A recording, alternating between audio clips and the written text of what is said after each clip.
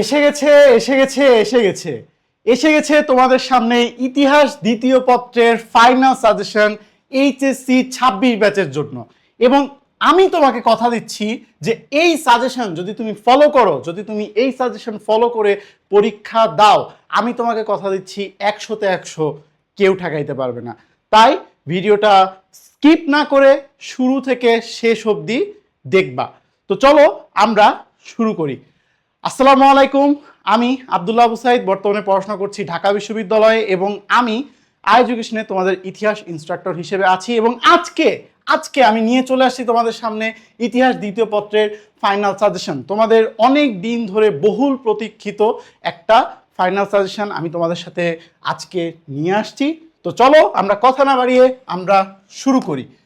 তো ফার্স্টে দেখো প্রথম অধ্যায়ে আমাদের কি আছে বলতো? প্রথম অধ্যায়ে আছে হচ্ছে ভাই আমাদের শিল্প বিপ্লব নিয়ে কথাবার্তা বলতে গেলে কিন্তু ফার্স্টে আমাদেরকে বলতে হবে যে শিল্প বিপ্লবের উৎপত্তিটা কোথায়। এই যে দেখো শিল্প বিপ্লবের কারণ, শিল্প বিপ্লব কি কারণে আসলে আসলো, শিল্প বিপ্লব কেন আমাদের জীবনে আসলো, এই যে 18 শতকে যে শিল্প বিপ্লব হলো, শিল্প বিপ্লবটা কিভাবে হলো, কিভাবে আসলো, এটার উৎপত্তি এবং কারণ সম্পর্কে কিন্তু আমাদেরকে জানতে হবে। কারণ এখান থেকে কিন্তু খুব ফ্রিকোয়েন্টলি প্রশ্ন আসে। আমি কিন্তু স্টার মার্ক করে রেখেছি প্রত্যেকটা, এবং তোমরা কিন্তু এইখান থেকে বুঝতে পারবা যে কোন টপিকটা কতটুকু ইম্পর্টেন্ট আর কোনগুলো কতটুকু গুরুত্ব দিয়ে আমাদেরকে পড়তে হবে। এরপরে আসা হচ্ছে শিল্প বিপ্লব সম্পর্কিত আবিষ্কার। ভাই তুমি এমসিকিউ বলো, তুমি লিখিত বলো, তুমি যাই বলো, যেখানে যাই বলো, এই শিল্প বিপ্লব সম্পর্কিত আবিষ্কার কিন্তু তোমাকে কিন্তু এক ধাপ এগিয়ে রাখবে। প্রথম আবিষ্কার কোনগুলো, তারপরে মাঝের পিরিয়ডে কোন আবিষ্কারগুলো হয়েছে, একদম শেষের দিকে কোন আবিষ্কারগুলো হয়েছে, একদম শিল্প বিপ্লবের প্রথম পর্যায় থেকে শুরু করে একদম লাস্ট পর্যায়ে অবধি তুমি শিল্প বিপ্লব সম্পর্কিত সবগুলো আবিষ্কার তুমি একদম পুরো কি বলবো, একদম হাফেজরা ঠিক যেরকম করে তারা হচ্ছে কোরআন আত্মস্থ করে, ঠিক সেরকম তুমি এই জিনিসগুলো আত্মস্থ করবা। ঠিক আছে, মাশাআল্লাহ, আল্লাহ ওনাদেরকে অনেক বেশি ভালো ব্রেইন দিছে। ঠিক আছে, তো দেখো যে হচ্ছে তোমাকেও দিছে, বাট তোমাকে সেটা কি ইউটিলাইজ করতে হবে। তারা ইউটিলাইজ করে, দ্যাটস ওয়াই তারা পারে, কিন্তু তোমাকেও কিন্তু জিনিসটা ইউটিলাইজ করতে হবে। দেখো শিল্প বিপ্লবের পরবর্তী ইংল্যান্ডের অর্থনৈতিক, সামাজিক ও রাজনৈতিক অবস্থা, অর্থাৎ শিল্প বিপ্লবের পরবর্তী ইংল্যান্ডের এই যে অর্থনৈতিক, সামাজিক এবং রাজনৈতিক অবস্থা কি রকম ছিল, এই বিষয়টা নিয়ে কিন্তু তোমাদেরকে পড়তে হবে। এটা যদিও খুব বেশি যে আসে বিষয়টা এমন না, বাট এটা কিন্তু তোমাদের চলে আসতে পারে। এরপরে দেখো যে হচ্ছে শিল্প বিপ্লব পরবর্তী ইউরোপের প্রভাব, এই জিনিসটা মাস্ট পড়বা, কারণ শিল্প বিপ্লব পরবর্তী প্রত্যেকটা দেশে, অর্থাৎ ইংল্যান্ড থেকে যে শিল্প বিপ্লবটা প্রত্যেকটা ইউরোপিয়ান কান্ট্রিতে ছড়িয়ে গিয়েছিল, সেই বিষয়টা কিন্তু তোমাকে এখানে মাথায় রাখতে হবে। তোমাকে কিন্তু এই জিনিসটা পড়ে পরীক্ষা দিতে যেতে হবে। ওকে, তারপরে এখন চলে আসো যে ভাইয়া যা পড়তেই হবে, যেটা ছাড়া ভাইয়া হবেই না, যেটা ছাড়া আমি পরীক্ষার হলে ঢুকতেই পারবো না, এরকম টপিক তোমাকে আমি বাছাই করে দিচ্ছি। দেখো এইরকম টপিকের মধ্যে দুইটা টপিক পাওয়া যায়, সেটা হচ্ছে শিল্প বিপ্লব সম্পর্কিত আবিষ্কার এবং শিল্প বিপ্লব পরবর্তী ইংল্যান্ডের অর্থনৈতিক, সামাজিক ও রাজনৈতিক অবস্থা। এই দুইটা টপিক, আর কোনো টপিক তুমি এই চ্যাপ্টার থেকে দেখো কিংবা না দেখো, এই দুইটা টপিক তোমাকে অবশ্যই দেখতে হবে। ওকে, তো চলো আমরা এবার জাম্প করি দ্বিতীয় অধ্যায়। বা দ্বিতীয় অধ্যায়ে যাওয়ার আগে তোমাকে বলে দিচ্ছি, সেটা হচ্ছে যে আমাদের কিন্তু প্রি অ্যাডমিশন কোর্স এ কিন্তু অলরেডি তোমাদের কিন্তু ভর্তি চলছে। ঠিক আছে, এবং প্রি অ্যাডমিশন কোর্সে ভর্তি হলে কিন্তু তোমরা আসলে কি কি বেনিফিটগুলো পাচ্ছ। দেখো প্রি অ্যাডমিশন কোর্সে যদি তোমরা একবার ভর্তি হও, এইটাতে তোমরা কিন্তু পরবর্তীতে আমাদের যে ডিইউআইসিউ ব্যাচ আছে, আরইউআইসিউ ব্যাচ আছে, সেগুলোতে তো তোমরা এন্ট্রি পাচ্ছই। এবং সেই সাথে কিন্তু তোমরা প্রি অ্যাডমিশন কোর্সের মাধ্যমে তোমাদের যেই বর্তমানে তোমাদের যে অ্যাডমিশনের সম্পর্কে তোমাদের যে ধ্যান ধারণা, তোমাদের অ্যাডমিশন সম্পর্কে যে জ্ঞান, সেই জ্ঞানগুলো কি তোমরা আরেক ধাপ এগিয়ে রাখতে পারবা। কারণ একটা জিনিস দেখো, যে তুমি যদি প্রি অ্যাডমিশনের পড়াশোনা যদি তুমি এখন থেকেই শুরু না করো, তাহলে কিন্তু তুমি পিছিয়ে পড়বা। সো তুমি যাতে পিছিয়ে না পড়ো, তোমাকে হেল্প করার জন্য আমরা আছি তোমাদের সাথে। চলো আমরা কথা না বাড়িয়ে তাহলে আমাদের দ্বিতীয় অধ্যায়ে চলে যাই। তো দ্বিতীয় অধ্যায়ের ক্ষেত্রে আমরা ফার্স্টে যে জিনিসটা দেখব, সেটা হচ্ছে যে প্রাক বিপ্লব ফ্রান্সের সামাজিক, অর্থনৈতিক এবং রাজনৈতিক অবস্থা। তুমি কি একটা জিনিস দেখতে পাচ্ছ, এই যে শিল্প বিপ্লব, ফরাসি বিপ্লব, এখানে কিন্তু যে প্রাক বিপ্লব ফ্রান্সের অবস্থা, বা তুমি শিল্প বিপ্লবের ক্ষেত্রে তুমি যদি বলো যে হচ্ছে বিপ্লব পরবর্তী ইংল্যান্ডের সামাজিক, অর্থনৈতিক, রাজনৈতিক অবস্থা, এই বিষয়গুলো কিন্তু তোমাকে খুব ভালো করে পড়তে হবে। কারণ একটা দেশের যদি তুমি এই পিরিয়ড এর যদি তুমি সামাজিক, অর্থনৈতিক এবং রাজনৈতিক অবস্থাটা যদি তুমি না জানো, তুমি কিন্তু খাতায় লিখতে পারবা না, তুমি দুই কলমও লিখতে পারবা না। ওকে, এরপরে আসো যে হচ্ছে ফরাসি বিপ্লব সংগঠনে কি দার্শনিকগণের ভূমিকা। আল্লাহ, এই জিনিসটা নিয়ে যে তোমাদের ক্লাসে আমি যে কত চিল্লাইছি যে এই জিনিসটা পড়ো, এই জিনিসটা পড়ো, দার্শনিকগণের ভূমিকা অবশ্যই অবশ্যই আসবে। এইটাতে আমি যে এখানে তো আমি 4 স্টার দিয়ে রাখছি ভদ্রতার খাতিরে, ঠিক আছে, কিন্তু এটাতে 4 স্টার, 5 স্টার, 6 স্টার, মানে এটাতে 4 দ্বারাও দিয়ে দিতে পারি, ঠিক আছে। এই যে 4 দ্বারা, 2টা চাঁদ দিলাম আর হচ্ছে একটা সূর্য দিলাম। ভাই এই টপিকটা মিস করো না, এই টপিকটা মিস করো না। এটাতে পুরো চাঁদ তারা সূর্য তুমি যা দিবা দাও, কিন্তু এই টপিকটা একদমই মিস করো না। প্রত্যেকটা দার্শনিকের অবদান ফরাসি বিপ্লব সংগঠনের জন্য, প্রত্যেকটা দার্শনিকের অবদান কিন্তু তোমাকে এখানে পড়তে হবে, ভালো করে তোমাকে পড়ে যেতে হবে। এরপরে আসো ফরাসি বিপ্লবের ঘটনা প্রবাহ বর্ণনা, অর্থাৎ ফরাসি বিপ্লবের ঘটনা প্রবাহ কিভাবে এটা আসলো, ঠিক আছে। ফরাসি বিপ্লবের প্রত্যেকটা ঘটনা কিন্তু তোমাকে পুঙ্খানুপুঙ্খভাবে পড়তে হবে। এরপর আসো বিশ্বের ফরাসি বিপ্লবের ফলাফল, অর্থাৎ ফরাসি বিপ্লবের ফলাফল যে শুধু ফ্রান্সের ওপরেই পড়েছিল বিষয়টা কিন্তু এমন না, এটা কিন্তু বিশ্বেও কিন্তু এটার একটা প্রভাব পড়েছিল। এইটা তোমাকে কিন্তু এখানে মাথায় রাখতে হবে। এরপরে আসো নেপোলিয়ন বোনাপার্টের গণমুখী সংস্কারসমূহ। নেপোলিয়নের সংস্কার, এই জিনিসটা যে কত পরীক্ষায়, কত জায়গায় যে কতবার করে আসছে, তোমরা এটা রিলেট করতে পারবা যে তোমাদের টেস্ট পরীক্ষা এই টপিক থেকে কিন্তু প্রশ্ন আসছে, কি আসে নাই, আসছে কিন্তু। তাহলে এই টপিকটা আমি কেন বাদ দিব? অবশ্যই আমাকে এই টপিকটা পড়তে হবে। এরপরে আসো যে ফরাসি বিপ্লবের চেতনা সম্পর্কে, অর্থাৎ ফরাসি বিপ্লবটা কেন হলো বা ফরাসি বিপ্লবের পেছনে আসলে কি চেতনা কাজ করেছিল, এই বিষয়টা কিন্তু তোমাকে পড়তে হবে। ওকে, সো এইখান থেকে তুমি এই কয়টা টপিক পড়লেই এনাফ। এরপরে আসো দেখো যে হচ্ছে যা পড়তেই হবে, অর্থাৎ যেটা ছাড়া তুমি পরীক্ষার হলে ঢুকার চিন্তাও করতে পারবা না। তাহলে কি কি পড়তে হবে আমার এখানে? এখানে আমার পড়তে হবে কি, প্রাক বিপ্লব ফ্রান্সের সামাজিক, অর্থনৈতিক ও রাজনৈতিক অবস্থা, এটা তো শুরুতেই বলে দিছি। তারপর হচ্ছে কি ফরাসি বিপ্লব সংগঠনে দার্শনিকগণের ভূমিকা। এই যে বললাম যে এখানে তুমি চাঁদ তারা সূর্য, আমি তো এখানে 4টা তারা দিয়ে রাখছি, তুমি এখানে চাঁদ তারা সূর্য যা আছে তুমি সব দিয়ে দিবা, কোনো সমস্যা নাই। তারপরে কি নেপোলিয়ন বোনাপার্টের গণমুখী সংস্কার সমূহ, এই বিষয়গুলো কিন্তু তোমাকে খুব ভালো করে পড়তে হবে। এরপরে আসো দেখো, তৃতীয় অধ্যায়ে যাওয়ার আগে আবারও বলে দিচ্ছি, সেটা হচ্ছে কি যে তোমাদের প্রি অ্যাডমিশন নিয়ে। এখন তোমার আসলে ভাইয়া তোমাকে প্রি অ্যাডমিশন নিয়ে বারবার কেন বলতেছে, কারণ প্রি অ্যাডমিশন হচ্ছে কি, অ্যাডমিশন হচ্ছে একটা মহাযুদ্ধ। এই মহাযুদ্ধতে যদি তুমি আগে থেকে প্রস্তুতি নিয়ে না যাও, যদি তুমি ঢাল তলোয়ার যদি তুমি সাথে না রাখো, তুমি কিন্তু এই যুদ্ধে যে কিন্তু তুমি পারবা না। সো এই কারণে তোমাকে ভাইয়া বারবার বলতেছি যে তুমি প্রি অ্যাডমিশন পড়ো, এবং এই প্রি অ্যাডমিশন কিন্তু তোমাকে কোনো এক্সট্রা চাপ আমরা দিব না, বরঞ্চ তোমার কারিকুলামের মধ্যে যা আছে তার মধ্যে থেকে কিন্তু আমরা তোমাকে পড়াবো। সুতরাং তুমি এইচএসসি পড়া পড়ো, ওইটা গুরুত্ব দিয়ে পড়ো, এবং পাশাপাশি কি তুমি অ্যাডমিশন সম্পর্কেও ধারণা রাখো, ঠিক আছে। কোর্সের ডিটেলস আমাদের ওয়েবসাইটে গেলেও পেয়ে যাবা, অথবা আমাদের ফেসবুক পেজে মেসেজ দিলেও তুমি পেয়ে যাবা। ওকে, এরপরে আসো আমরা চলে আসি তৃতীয় অধ্যায়ে। তৃতীয় অধ্যায় কি? তৃতীয় অধ্যায় হচ্ছে প্রথম বিশ্বযুদ্ধ ও ভার্সাই সন্ধি। প্রথম বিশ্বযুদ্ধ ও ভার্সাই সন্ধির ক্ষেত্রে আমাদেরকে কি কি বিষয় মাথায় রাখতে হবে? আমাদেরকে মাথায় রাখতে হবে হচ্ছে প্রথম বিশ্বযুদ্ধের কারণ, প্রথম বিশ্বযুদ্ধের কারণ, প্রথম বিশ্বযুদ্ধ কিভাবে হলো, কেন হলো। প্রথম বিশ্বযুদ্ধের কারণ দুইটা, একটা হচ্ছে প্রত্যক্ষ কারণ, প্রত্যক্ষ কারণ, আর একটা হচ্ছে পরোক্ষ কারণ। পরোক্ষ কারণ, প্রত্যক্ষ কারণ তো আমরা সবাই জানি যে অস্ট্রিয়ার যুবরাজ ফার্দিনান্দ তার স্ত্রী সহ তাকে হচ্ছে কি, তাকে হচ্ছে হত্যা করা হয়, এবং হত্যা করার পরে কি প্রথম বিশ্বযুদ্ধ শুরু হয়। আমরা তো সবাই এই গদবাঁধা লাইনগুলো জানি, বাট যে জিনিসগুলো আমরা জানি না যে প্রত্যক্ষ কারণের পাশাপাশি কিন্তু আমাদেরকে পরোক্ষ কারণ নিয়েও একটু ধারণা রাখতে হবে। তোমরা কিন্তু দেখবা যে তোমাদের টেক্সট বুকে খুব সুন্দর করে দেওয়া আছে যে প্রত্যক্ষ কারণ কোনগুলা, পরোক্ষ কারণ কোনগুলা। তুমি দুইটা করে মুখস্থ করে গেলা, এটাতে তো তোমার কোনো ক্ষতি হচ্ছে না, তাই না? তো তারপরে আসো যে প্রথম বিশ্বযুদ্ধে কি ত্রিশক্তি আতাত ও ত্রিশক্তি চুক্তি গঠনের প্রেক্ষাপট। তুমি বিলিভ করবা না, আমাদের টেস্ট পেপার সলিউশন ব্যাচে আমি যে এই বিষয়টা নিয়ে কি পরিমাণ আলাপ করছি, যে প্রথম বিশ্বযুদ্ধে ত্রিশক্তি আতাত ও ত্রিশক্তি চুক্তি গঠনের প্রেক্ষাপট, এই বিষয়টা নিয়ে আমি যে কি পরিমাণে আলাপ করছি তোমাকে আমি বলে বুঝাইতে পারবো না। এবং এই জিনিসটা কেন দরকার জানো? এই জিনিসটা দরকার এই কারণ হচ্ছে যে এই জিনিসগুলো তোমাকে যে এই সাজেশনগুলো আমি দিচ্ছি, যে এইগুলো কিন্তু তুমি এইচএসসিতে তো পড়ে যাবাই, সেই সাথে কিন্তু তুমি অ্যাডমিশনেও দেখবা যে তোমার এইচএসসির অনেক পড়া চলে আসে। যেমন আমার মনে আছে যে আমি যখন বিউপি অ্যাডমিশন দিছিলাম তখন কিন্তু প্রথম বিশ্বযুদ্ধ নিয়ে এই ত্রিশক্তি আতাত ত্রিশক্তি চুক্তি নিয়ে কিন্তু একটা প্রশ্ন আসছিল, আমার নিজেরও মনে আছে। সুতরাং এরকম অ্যাডমিশন ফেজের বিভিন্ন বিষয় নিয়ে কিন্তু তোমার কিন্তু ধারণা থাকতে হবে। এই কারণে ভাইয়া বলতেছি প্রি অ্যাডমিশন পড়ো, এই কারণে ভাইয়া বলতেছি যে হচ্ছে কোর্স কিনো, কোর্স পড়ো, ঠিক আছে?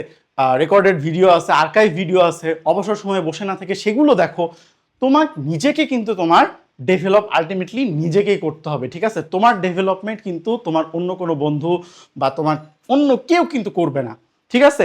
এবং অ্যাডমিশন হচ্ছে একটা মহাযুদ্ধ, এই মহাযুদ্ধে যদি তুমি পাস না করতে পারো তাহলে কিন্তু এটা তোমার জন্য কি হতাশাজনক হবে, আর আমি তো সেটা অবশ্যই চাই না। ওকে, দেখো এরপরে আসো প্রথম বিশ্বযুদ্ধের ঘটনা প্রবাহ। অবভিয়াসলি প্রথম বিশ্বযুদ্ধের ফলাফল, এর প্রভাব, ফলাফল আর প্রভাব প্রত্যেকটা টপিকের দেখো, পরিণতি বলো ইতিহাস বলো, প্রত্যেকটা টপিকের কিন্তু কমন একটা জিনিস কি থাকে? ফলাফল, প্রভাব, তাই না? এটার রেজাল্ট কি আর এটার কি, এটার কনসিকুয়েন্সেস কি বা এটার প্রভাব কি, ঠিক আছে, এটার ইম্প্যাক্ট কি। ওকে, সো এই বিষয়গুলো নিয়ে কিন্তু তোমাকে পড়তে হবে, জানতে হবে। অলরেডি কিন্তু এটাতে 4 স্টার দিয়ে রাখছি, মানে বুঝতেছো গুরুত্বটা কতখানি। এরপরে আসো ভার্সাই সন্ধির প্রেক্ষাপট। ভার্সাই সন্ধির প্রেক্ষাপট, ভার্সাই সন্ধি কিভাবে আসলো, ঠিক আছে? ভার্সাই সন্ধি মানে কোনভাবে আর কি এটা ইমপ্লিমেন্ট হইলো, এই বিষয়গুলো নিয়ে কিন্তু তোমাকে এক্স্যাক্টলি জানতে হবে। এরপরে আসো কি ভার্সাই সন্ধির প্রধান ধারাসমূহ, এটা যদিও অতটা ইম্পর্টেন্ট না, এরপরেও তোমার মনে রাখা উচিত যে কি কি ধারা অ্যাপ্লাই হয়েছিল। অ্যাটলিস্ট তুমি যদি ধারাগুলো হুবহু মুখস্থ না রাখতে পারো কোনো সমস্যা নাই, বাট তোমাকে ধারাগুলোর যে জিস্ট, ধারাগুলোর যে নির্যাস, সেটা তোমাকে মনে রাখতে হবে। এরপরে আসো ভার্সাই সন্ধির গুরুত্ব। এটা তো অবভিয়াসলি মানে এটাতে আমি একদম ওই যে আগেকার মতো তারা টারা একদম পুরো সব তারা চাঁদ তারা নক্ষত্র যা আছে সব এটার মধ্যে দিয়ে দিলাম, এইটা খুবই গুরুত্বপূর্ণ। এরপরে আসো লিগ অফ নেশনস গঠনের পটভূমি, এটাও খুবই গুরুত্বপূর্ণ। এবং বিশ্ব রাজনীতির প্রেক্ষাপটে লিগ অফ নেশনসের ভূমিকা বা লিগ অফ নেশনসের গুরুত্ব, এই জিনিসটা কিন্তু তোমাকে খুব ভালো করে পড়তে হবে। এবং এটাও তোমাকে সেই সাথে পড়তে হবে যে লিগ অফ নেশনস আসলে কেন ফেল হলো, কেন লিগ অফ নেশনস থেকে গেল না, কেন পরবর্তীতে লিগ অফ নেশনসকে জাতিসংঘ রিপ্লেস করলো। এটা নিয়ে কিন্তু তোমার সাথে কিন্তু তোমাকে সিকিউ কোয়েশ্চেনটা এইভাবেও দিতে পারে যে league of Nations, league of Nations, league of Nations কিভাবে, লিগ অফ নেশনস কিভাবে ফেইল হলো এবং তারপরে কিভাবে লিগ অফ নেশনসের পরে জাতিসংঘ কিভাবে সফল হলো, এই বিষয়টা নিয়ে কিন্তু তোমাকে কিন্তু একেবারে তোমাকে সৃজনশীল কিন্তু জোড়া লাগাই দিতে পারে। তো তাহলে যেহেতু সৃজনশীল জোড়া লাগাই দেওয়ার চান্স আছে, তাহলে আমি কি সেটা ভালো করে পড়বো। এরপরে আসো আমরা দেখি যে যা পড়তেই হবে, এই চ্যাপ্টার থেকে যা পড়তেই হবে। আমি জানি এই চ্যাপ্টারটা তোমাদের কাছে একটু বোরিং লাগে, এই চ্যাপ্টারটা অতটা ভালো লাগে না, কিন্তু এরপরেও এই চ্যাপ্টার থেকে এই কয়টা টপিক পড়লে ইনশাল্লাহ তুমি পরীক্ষায় অ্যাটলিস্ট বসতে পারবা, পরীক্ষায় অ্যাটলিস্ট বসার মতো একটা কনফিডেন্স পাবা। সেটা হচ্ছে কি, প্রথম বিশ্বযুদ্ধের কারণ অবভিয়াসলি বললাম, ত্রিশক্তি আতাত আর ত্রিশক্তি চুক্তি অবভিয়াসলি, এটা তো অবভিয়াসলি বললাম। এরপরে আসো কি ফলাফল ও এর প্রভাব, প্রথম বিশ্বযুদ্ধের ফলাফল ও এর প্রভাব খুবই গুরুত্বপূর্ণ। এরপরে আসো ভার্সাই সন্ধির প্রধান ধারাসমূহ, ভার্সাই সন্ধির গুরুত্ব এবং বিশ্ব রাজনীতির প্রেক্ষাপটে লিগ অফ নেশনসের গুরুত্ব। এই কয়টা জিনিস তোমাকে জাস্ট পড়তে লাগবে পরীক্ষায়, জাস্ট একটু কনফিডেন্স নিয়ে বসার জন্য। বাট তুমি তাই বলে এই না যে তুমি বাকিগুলো বাদ দিয়ে দিবা। ওকে, তোমাকে বাকিগুলো কিন্তু সমানভাবে গুরুত্ব দিয়ে পড়তে হবে। ওকে, এরপরে আসো আমরা একটু কথা বলি আমাদের final revision batch, test paper solution batch নিয়ে একটু আমরা কথা বলি। সেটা হচ্ছে যে তোমরা যারা অলরেডি আমাদের স্টুডেন্টরা আছো, যারা এই ভিডিওটাও দেখছো, তোমরাও দেখছো আমি বিলিভ করি, তো তোমরা কিন্তু জানো যে হচ্ছে আমরা আসলে এই টেস্ট পরবর্তী ফাইনাল রিভিশন ব্যাচ অর্থাৎ তোমাদের টেস্ট পেপার সলিউশন ব্যাচে আমরা কি লেভেলের এফোর্টটা দিচ্ছি প্রত্যেকটা টিচার।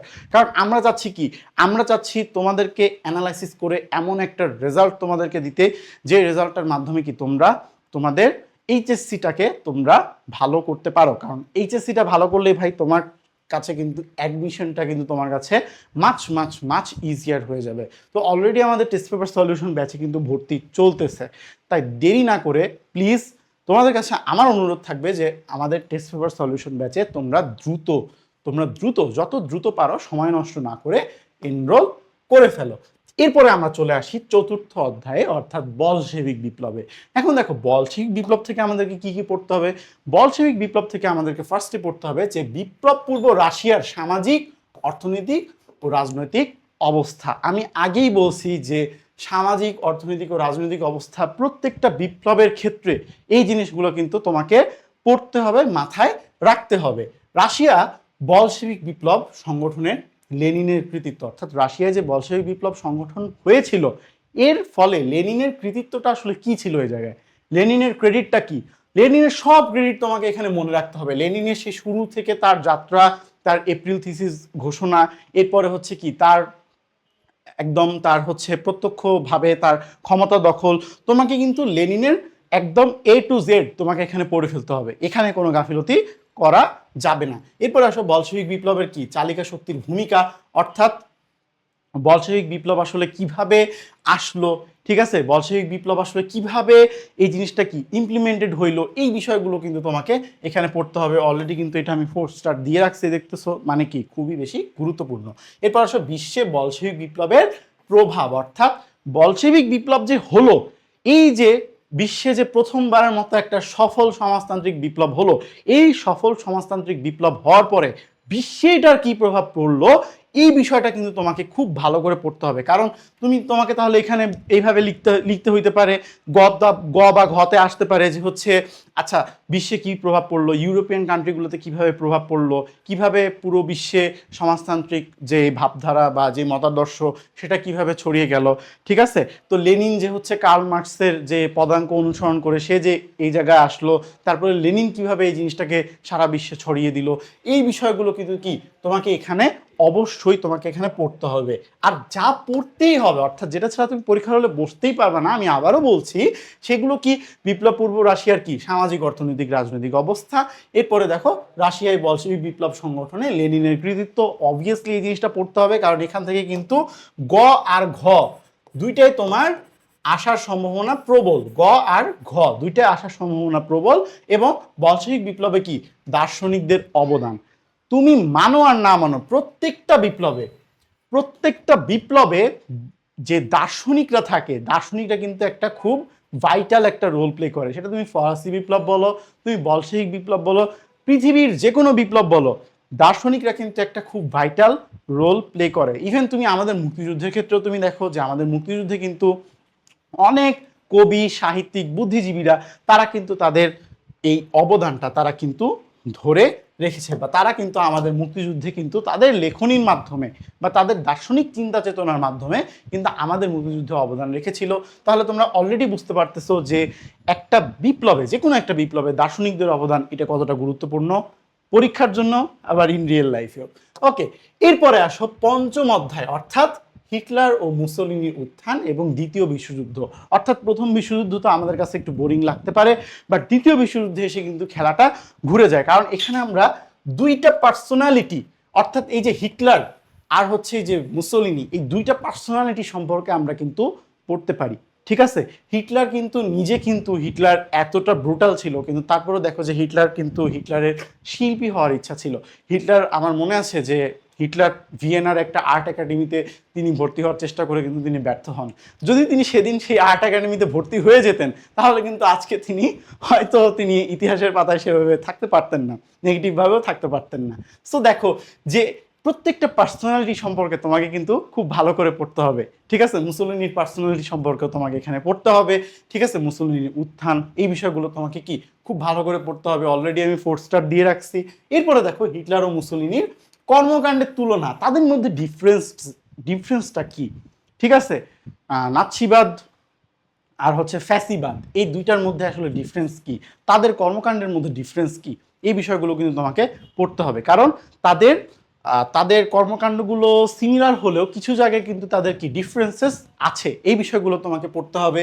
এরপরে দেখো বিশ্বযুদ্ধের কারণ, অর্থাৎ বুঝতেই পারতেছো দ্বিতীয় বিশ্বযুদ্ধের কারণ, দ্বিতীয় বিশ্বযুদ্ধে অক্ষ শক্তি ও মিত্র শক্তি। ওই যে বলছিলাম প্রথম বিশ্বযুদ্ধে ঠিক যেমন ত্রিশক্তি চুক্তি আর ত্রিশক্তি আতাত, দ্বিতীয় বিশ্বযুদ্ধের ক্ষেত্রে বিষয়টা চলে আসে কি অক্ষ শক্তি আর হচ্ছে মিত্রশক্তি। ঠিক আছে, মিত্রশক্তি গঠনের প্রেক্ষাপট। তাহলে এটা কি 3 স্টার দিয়ে রাখছি, এটাও তোমাকে পড়তে হবে। এরপরে আসো কি দ্বিতীয় বিশ্বযুদ্ধের ঘটনা প্রবাহ, দ্বিতীয় বিশ্বযুদ্ধের ফলাফল। ঠিক আছে, ঘটনা প্রবাহ কিন্তু এখানে আমাদেরকে পড়তে হবে। ঠিক আছে, একদম সেই শুরু থেকে শুরু করে একদম ডি ডে বলো, বা হচ্ছে তুমি একদম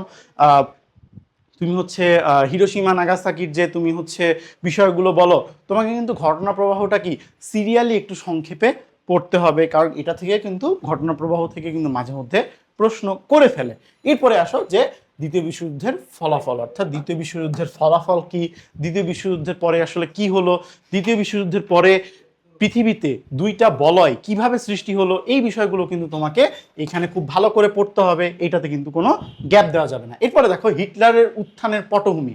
তাহলে দেখো যা পড়তেই হবে, এখানে আমরা দেখতে পাচ্ছি কি যে হিটলারের উত্থানের পটভূমি, মুসোলিনির উত্থানের পটভূমি। আমি তো তোমাকে শুরুতেই বলে দিচ্ছি যে এই দুইটা পার্সন সম্পর্কে তোমাকে কিন্তু খুব ভালো করে পড়তে হবে, কারণ এটা কিন্তু তোমার পরীক্ষায় আসবে, মাস্ট আসবে। ঠিক আছে, এবং তাদের কর্মকাণ্ডের তুলনা অবভিয়াসলি, এবং বিশ্বযুদ্ধের কারণ এবং দ্বিতীয় বিশ্বযুদ্ধের ফলাফল, এই দুইটা কিন্তু তোমাকে অবশ্যই পড়তে হবে। তাহলে এই কয়টা টপিক পড়লে মোটামুটি ধরা যায় যে তুমি পরীক্ষায় বসার মতো একটা অবস্থায় থাকবা।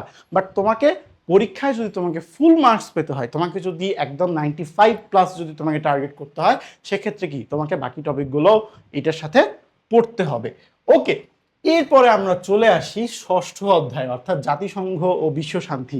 আমি মনে হয় শুরুতে বলেছিলাম যে লিগ অফ নেশনস আসলে কেন ফেল করলো, লিগ অফ নেশনস আসলে কেন জাতিসংঘ হয়ে উঠতে পারলো না, কেন জাতিসংঘই সেই তখন থেকে দ্বিতীয় বিশ্বযুদ্ধের পরবর্তী সময় থেকে এখন অবধি কেন জাতিসংঘ টিকে গেল, এই বিষয়টা কিন্তু তোমাকে এখানে তোমাকে ক্রস করে একটা সৃজনশীল তোমাকে দিতে পারে। এবং সেই সাথে দেখো তোমাকে দিতে পারে যে জাতিসংঘ প্রতিষ্ঠার পটভূমি। ঠিক আছে, প্রত্যেকটা সম্মেলন, ঠিক আছে, ইয়াল্টা সম্মেলন, মস্কো সম্মেলন, তেহরান সম্মেলন, তারপর হচ্ছে সান ফ্রান্সিসকো সম্মেলন, প্রত্যেকটা সম্মেলন কিন্তু এখানে তোমাকে কি তোমাকে একদম পুরো এই যে টিএম টিএম টিএম মানে কি, টিএম মানে হচ্ছে ভাই টি ফর টানা, আর এম ফর হচ্ছে কি মুখস্থ, এই যে টানা মুখস্থ, এই টিএম সবগুলো টিএম, এই যে এখানে যা দেখতেছো সবগুলো টিএম।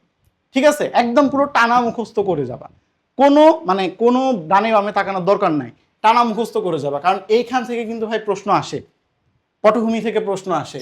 বৃহৎ শক্তির ভূমিকা, জাতিসংঘ গঠনের ক্ষেত্রে বৃহৎ শক্তিগুলোর ভূমিকা কি ছিল, ঠিক আছে, একদম শুরু থেকে শুরু করে সোভিয়েত ইউনিয়নের ভূমিকা কি ছিল, ইউএস এর ভূমিকা কি ছিল, চায়নার ভূমিকা কি ছিল, তারপরে ইউরোপিয়ান অন্যান্য কান্ট্রিগুলোর ভূমিকা কি ছিল, ইউকের কি ধরনের ভূমিকা ছিল, সবগুলোকে তোমাকে পড়তে হবে, সবগুলো। এবং বিশ্ব শান্তি প্রতিষ্ঠা ও নিরাপত্তা রক্ষায় জাতিসংঘের সাফল্য ও ব্যর্থতা, এই দুইটা মাস্ট।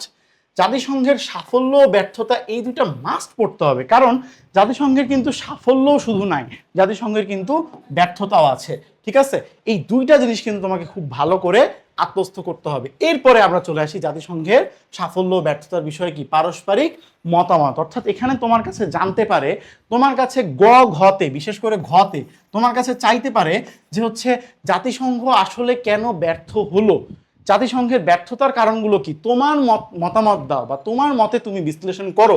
তোমাকে কিন্তু তখন এই জিনিসগুলো বিশ্লেষণ করতে লাগবে ভাই, বা এইভাবে তোমাকে বলতে পারো যে হচ্ছে তুমি কি মনে করো যে জাতিসংঘ আসলেই সফল, তখন তুমি সেখানে কি তোমার লজিক দিয়ে তোমার মতামত দিবা। অনেকে মনে করো যে হচ্ছে যে জায়গাটায় আমাদেরকে বলা হয় যে তুমি কি মনে করো, সেই জায়গাটায় আমরা একটু দেখা যাচ্ছে যে আমরা মনে করি যে আচ্ছা ঠিক আছে, এখানে হয়তো আমরা কাউন্টার লজিক দিতে পারবো না, আমরা হয়তো এখানে একটু মানে সাফল্যের গল্প বলে দিই বা একটু হ্যাঁ সূচক কথাবার্তা বলে দিই। বাট না, তোমাকে টিচার এই জিনিসটা দিয়ে বিচার করবে যে তুমি আসলে কতটা পড়ছো, এইটা টিচার কিভাবে বুঝবে, টিচার বুঝবে যে তুমি আসলে কিভাবে লজিক্যালি জিনিসটাকে আনসার করতে পারতেছো, তোমার লজিকটা আসলে সেই অ্যান্সারের জন্য স্ট্রং কিনা। তোমার লজিক যদি স্ট্রং হয়, টিচার তোমার নেগেটিভ অ্যান্সারেরও তোমার ফুল মার্কস দিতে বাধ্য। ওকে, এরপরে দেখো যে হচ্ছে যা পড়তেই হবে, অর্থাৎ জাতিসংঘের বৃহৎ শক্তির ভূমিকা, এটা তো পড়তেই হবে। বিশ্ব শান্তি প্রতিষ্ঠায় কি নিরাপত্তা রক্ষায় জাতিসংঘের সাফল্য ব্যর্থতা অলরেডি বললাম। আবার এখানে কি সাফল্য ব্যর্থতার বিষয় কি পারস্পরিক মতামত। ওকে, এরপরে চলো দেখো যে হচ্ছে তোমাদেরকে অলরেডি কিন্তু আমাদের টেস্ট পরবর্তী ফাইনাল রিভিশন ব্যাচের কথা অলরেডি তোমাদেরকে বলছি যে এই ব্যাচে কিন্তু আমাদের স্টিল ভর্তি চলছে, রেকর্ড ক্লাসগুলো তোমরা পেয়ে যাবা, সেই সাথে কিন্তু তোমরা আমাদের কি পিডিএফগুলো তোমরা পেয়ে যাবা, এবং এইটাতে কিন্তু আমরা তোমাকে একদম একদম তোমাকে চুলচেরা বিশ্লেষণ করে তোমাকে কিন্তু অ্যানালাইসিস করে আমরা জাস্ট তোমাদেরকে দিচ্ছি যেন তোমরা কি তোমরা এইচএসসিতে যেন তোমরা একটা ভালো রেজাল্ট করতে পারো। তাই আর দেরি না করে আমাদের পেজে মেসেজ দাও এবং আমাদের টেস্ট পরবর্তী ফাইনাল রিভিশন ব্যাচে ভর্তি হয়ে যাও, দেরি করিও না। ওকে, তো চলো সপ্তম অধ্যায় দেখো স্নায়ুযুদ্ধের ক্ষেত্রে আমরা কয়েকটা জিনিস দেখবো, যে স্নায়ুযুদ্ধের ধারণা, উদ্ভবের পটভূমি, স্নায়ুযুদ্ধের কি আন্তর্জাতিক রাজনীতি, স্নায়ুযুদ্ধকালীন আন্তর্জাতিক রাজনীতি, ঠিক আছে, অর্থাৎ স্নায়ুযুদ্ধের যে দুইটা বলয়, এই দুইটা বলয়ের যে আন্তর্জাতিক রাজনীতি সেই বিষয়টা, ঠিক আছে, কোন বলয়ে কোন কান্ট্রি ছিল, এবং স্নায়ুযুদ্ধ অবসানের পরিপ্রেক্ষিত এবং এর প্রভাব, স্নায়ুযুদ্ধের প্রভাব কি ছিল, ঠিক আছে, স্নায়ুযুদ্ধের কারণে কি কি হয়েছে, এবং বিশ্বযুদ্ধের ভয়াবহতা ও ক্ষয়ক্ষতি, এটাও কিন্তু কি স্নায়ুযুদ্ধের কারণে কিন্তু এই বিষয়গুলো কিন্তু চলে আসে। ঠিক আছে, এই চ্যাপ্টার থেকে যা পড়তেই হবে, স্নায়ুযুদ্ধের ধারণা সম্পর্কে অবশ্যই তোমার ধারণা থাকতে হবে, এবং স্নায়ুযুদ্ধের উদ্ভবের পটভূমি অর্থাৎ স্নায়ুযুদ্ধটা কিভাবে আসলো, ঠিক আছে, এই যে সুপার পাওয়ার হওয়ার যে একটা দ্বন্দ্ব, এই বিষয়টা কিভাবে আসলো, এই বিষয়টা কিন্তু তোমাকে এখানে পড়তে হবে। চলে যায় অষ্টম অধ্যায়ে স্নায়ুযুদ্ধ পরবর্তী বিশ্ব। এখানে তোমাকে দেখতে হবে কি সোভিয়েত ইউনিয়নের বিলুপ্তির পটভূমি। ভাই মানে চাঁদ দ্বারা সূর্য যা খুশি দিয়ে দাও একদম, মানে এখানে আমি আরো পারলে আমি আরো গ্রহ নক্ষত্র আমি আরো সৌরজগৎ এনে ঢেলে দিই। মানে দেখো যে এই সোভিয়েত ইউনিয়নের স্নায়ুযুদ্ধ চলাকালীন সময়ে সোভিয়েত ইউনিয়নের বিলুপ্তির যে পটভূমি, এই বিষয়টা কিন্তু তোমাকে খুব ভালো করে পড়তে হবে। সোভিয়েত ইউনিয়ন যে ভাগ হয়ে গেল, পরবর্তী যে সোভিয়েত ইউনিয়ন থেকে যে আরও অনেকগুলো রাষ্ট্র তৈরি হলো, ঠিক আছে, এই বিষয়গুলো কি তোমাকে এখানে জানতে হবে, কেন হলো সেটাও তোমাকে জানতে হবে।